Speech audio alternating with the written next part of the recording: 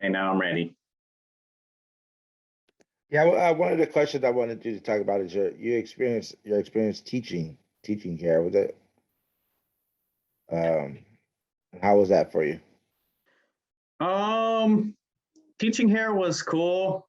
Did it for a while at that barber school I was talking about, the Washington Beauty School, and then at the Boys and Girls Club for a little bit. Yeah, teaching is cool. Just one of the problems you run into is if you are really passionate about something, it's hard when you're teaching people who may not have the same level of passion. And so sometimes that is very difficult. I'm guessing you guys know with working with kids, you want to be able to help everybody, but not everybody is going to be receptive to that help that you have to offer. And so where you're thinking like, oh yeah, if I got 10 people, all 10 people are going to be superstars. And then sometimes that don't always be like that. And so that was part of that mental, that's why I don't do it anymore. That part was really tough because like I said, I took a lot of time. I'm not complaining, but took a lot of time to have all these plans and ideas and all these things and to have it sometimes not feel like you got out what you put in is pretty draining. Like I said, I'm sure a lot of you guys know that already. And so, yeah, it was cool for the time being. I don't think I would teach again. I would prefer to teach people like one-on-one. So it's hard to take somebody, like say if somebody already are wanted to learn cutting hair, I wouldn't want to teach in that level. But if somebody's going from like cutting hair to like, man, I want to be really good or really good at business or really good at getting clients, that's where I think I could be more helpful with people of taking that next step as opposed to the first step. I think with anything in this life, if you don't have passion with it to start with, you're setting yourself back. It's like being 50 yards behind in a 100-yard dash, you're already behind, you know? And so I think a lot of times if you don't have that passion, it will be hard to get further. And I think a lot of that with cutting hair, because it can be very tedious, can be very tiring on your body, can be pretty stressful. And so if you don't have like that love for it, it's hard to continue with it. One of the things that I do know that you are one of the best at is marketing. Could you talk about like your brand and how you got like your logo and things like that? Yeah, so with my brand, I think if you're going to do anything, you have to set yourself apart, of course. And so part of the reason mine started, I don't know if you guys can see, I just got a big old white patch in my beard. And being like a white dude that is cutting, all different ethnicities of hair, usually with barbers, if you guys don't know, like white will be with white, black will be with black, Mexican with Mexican. That's very common like that for whatever reasons, but I've cut everybody. So as a white dude, you stand out already. And then with the beard, people would recognize from the beard. So what I tried to do was use it to my advantage. And I can show you guys a picture real quick. So, like that's one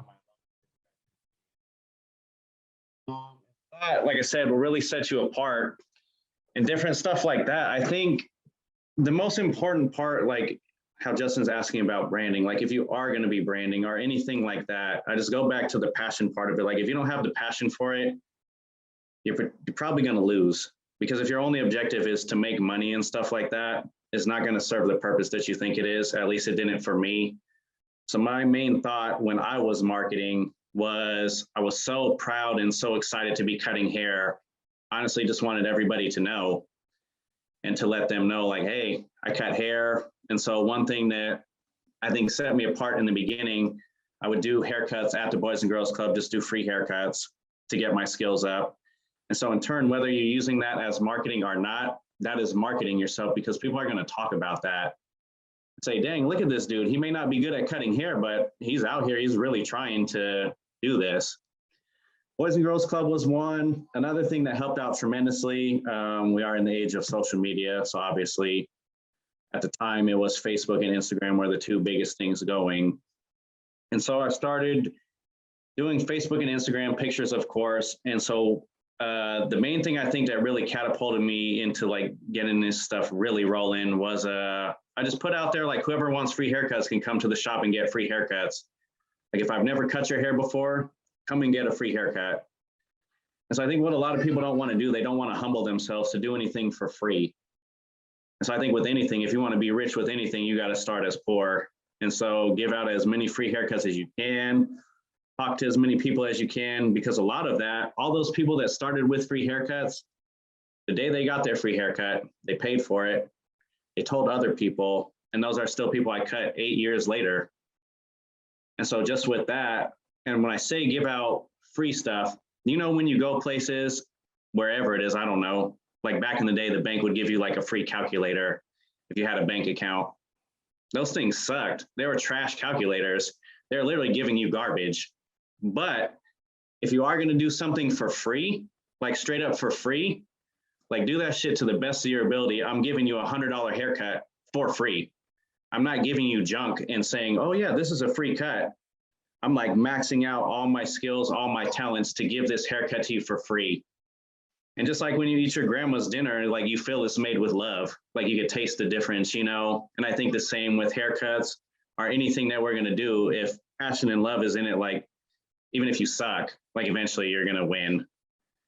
And so that was my main thing with marketing, was doing that. And it made me branch out. I started doing photography, do better pictures, bought better cameras, started making videos. And then with all those things, what most people don't realize, when you're putting yourself out there like that, you can improve because you're going to be able to see the flaws in your work or what your strengths are. When you have stuff on film, you can look through it and say, oh, wow, this is how I can improve. So in turn, your marketing is making you stronger and better at the same time. And like I said, I'll go back to passion. Like you gotta live it.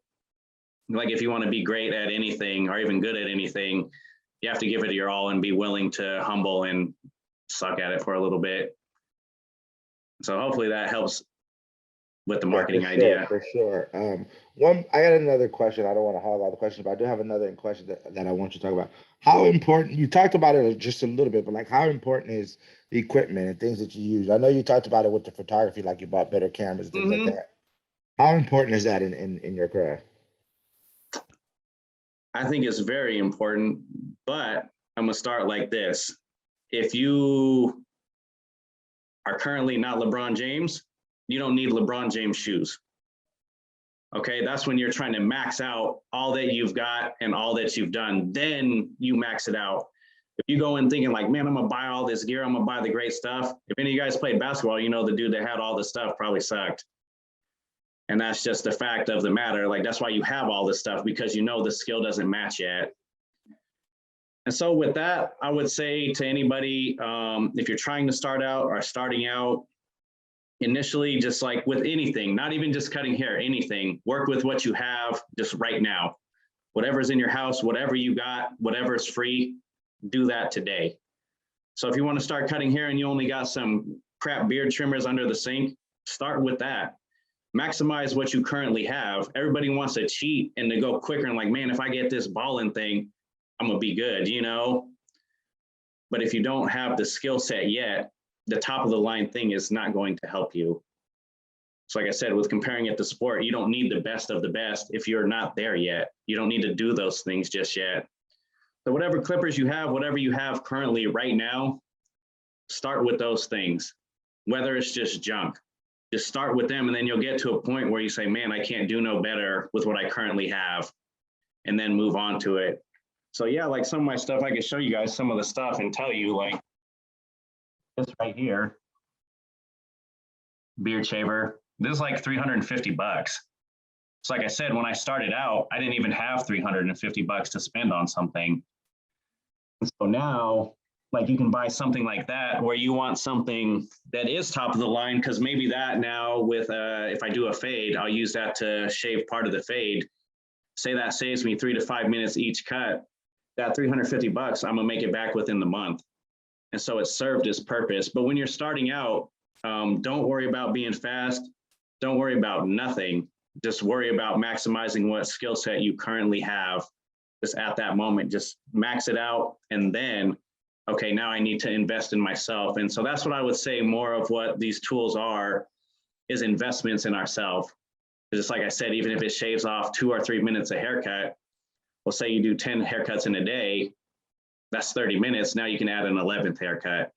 So that's when I would say do it, when it becomes time to be an investment to you. And then same thing with the camera and different things like that. Say you're starting out and you're doing these pictures, man, in all honesty, you don't want a baller camera because it's going to show more of your deficiencies. And so then you want to use your camera phone to, you know, kind of do what you can to make you look better than you are. So like I said, move on to those things when it's the time, when you've maxed out what you currently have. And so that's the answer for that. How did you start? Did you start with money, or was it easy, or was you broke when you started? Like, how did it go for you? Broker than broke, bro. I grew up in White Center and living with my grandparents because my parents are not involved. And so I had to go live with my grandparents. Just quick story, like they didn't even have a room for me. I had to sleep in their dining room. So I'm sure Justin remembers, like I just had to put up curtains, and that was my bedroom, was in between the kitchen and the living room. So all you could fit in there was a bed instead of a kitchen table. So yeah, just really starting from the bottom. And like I said, when they were taking me to get my haircut, I asked them instead to buy me clippers so that I could cut my own hair. So even if you just got the Walmart $25 clippers, like you can make stuff work. It's just a matter of like, how much do you want to do this? You know, just like I said, you could hoop in some Payless shoes, but when you get to a certain point, that's going to be a detriment to you. So even if you have $0, I see you have an iPhone. You can be on the iPhone looking at YouTube, talking to people, anything. So like I said, start with what you've got, and you don't need nothing else just yet. You could be broke and do this, like that's fine, that's doable. You can even get people to donate you clippers, you know what I mean? And so you can be broke and start with nothing and make this work for you. Did you go to barber school, or did you just do what you said, like go on YouTube and stuff? Yep, that's how you start. But through the state that we live in, it's required that you have a barber's license. So that's where you have to do the schooling. And so I don't know if you heard earlier when I was talking about the barber school I went to, what was cool about that one too, is the teacher would help you learn how to run your business. So if you brought in your own customers to the school, she would let you keep all the money. And if you cut somebody who was already coming to the school, she'd split the money with you. And so, yeah, so you end up having to go to barber school. Like I said, it's just required by the state to get your license, unfortunately. And so that's where you will need some money, is to go to school. Was your school 15 bands or 20K or some shit? Or this one was, that's why I went to the school that I did. Because like I said, being down like that, it was about $4,000. And so with that, over the year, I was able to make monthly payments. And for me, especially at that time, that was a lot more doable. Like you said, that's what took me so long to get into school. I was cutting Justin back when we were both in high school, which was a long time ago. And so the $15,000, $20,000 thing it wasn't even an option. You know what I mean? I couldn't even think about doing that. And like I said, growing up with my grandparents, they couldn't even try to help me do that. So it's about making it work and finding those things like little cheat codes like that, you know, where I did have to learn more on my own, but I was so motivated and so passionate about it that I didn't mind having to learn on my own. I was just trying to pay for the license pretty much just so I could do it in a shop. When you first started, did you use like the little head dummy things, or did you like practice on people? It was starting on practicing on myself of just shaving my head to like a #1, which is pretty short. And then after that, people just start seeing it like, oh, you could do that on yourself. Like, what could you do on my hair, you know? And so that's what I would say. If you got like hair, facial hair, anything, just start on yourself, destroy your line a couple times, destroy your beard, all those things. Because like, especially me, not complaining, but being white, hella people would not let me cut their hair just off the strength of that, just being honest. And so I had to do a lot on myself. And that was where people would see it and say, oh man, you got a fresh cut. And I say, you know, would you let that person cut your hair? Hell yeah. I say, cool, sit down, I'm about to cut your hair. And so just stuff like that, sometimes that's all you can do, you know, is work on yourself. The head dummies are expensive. Work on yourself, tell your homies, tell your cousins, nephews, anybody who will listen, let me cut your hair for free. And that's what you could do to start out. Appreciate you, fam. I can relate to that one. Yeah, I feel it, bro. Sometimes that's all you can do, you know, like I said, but everybody on here, please, please, please do not be scared to do stuff for free. I'm begging you, do stuff for free, humble yourself and do it for free. That's all I got to say.